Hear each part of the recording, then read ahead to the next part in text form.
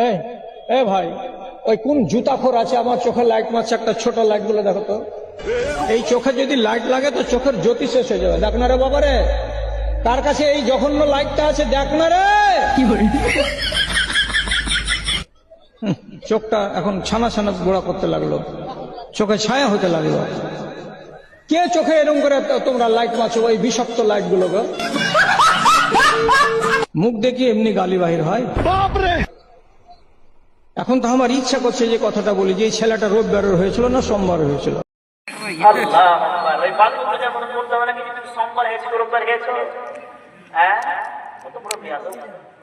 চোখটা কানা করে দিল।